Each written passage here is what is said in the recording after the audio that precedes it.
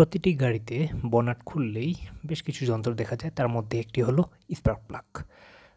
আমার অনেক জানার ইচ্ছা ছিল স্পার্ক প্লাগগুলো কীরকম দেখতে, ভিতরে কী থাকে স্পার্ক প্লাগের কোয়েলে। তো এটা হলো স্পার্ক প্লাগ। মোটামুটি অনেক স্ট্রং একটা জিনিস। খুব ভালো একটা মেটাল দিয়ে তৈরি করা হয় যেন অনেক গরম সহ্য করতে পারে। এটা হলো স্পার্ক প্লাগের কোয়েল। তো এই কোয়েলটা খুব গুরুত্বপূর্ণ।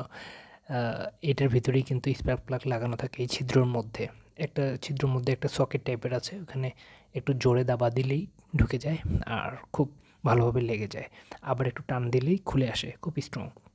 এইখানে লক্ষ্য করবেন এই স্পার্ক প্লাগের কোয়েলটাতে টেপ মারানো আছে। এটা যদি নষ্ট হয়ে যায় তাহলে কি হয় যে এই টেপ দিয়ে তখন স্পার্ক বাইর হয়। এই কারণে অনেকেই শক খায় যে এখানে হাত দিলে ভুলবশত যদি এখানে লিক থাকে তাহলে শকটা আসে। তো একটু কেয়ারফুলি সেই কারণে এটাকে দেখতে হবে, ব্যবহার করতে হবে। যখন এটাকে হাত দেব তখন একটু সাবধান থাকতে হবে যেন লিক না করে। তো এখন আমি এক হাতে চেষ্টা করতেছি যে স্পার্ক প্লাগটাকে এখানে ঢুকিয়ে দেখার। এখানে স্পার্ক প্লাগটা এইভাবে আস্তে করে দিয়ে দাবা দিলেই ঢুকে গেল, আবার টান মারলেই খুলে আসলো। প্রত্যেকটা গাড়িতে থাকে, বাইকে থাকে এই স্পার্ক প্লাগ। পেট্রোলের গাড়িতে, ডিজেলের গাড়িতে স্পার্ক প্লাগের প্রয়োজন হয় না।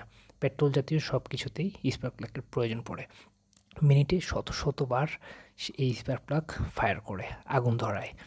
তো এটাই ছিল আমার কৌতূহল জানার, আপনাকে জানার।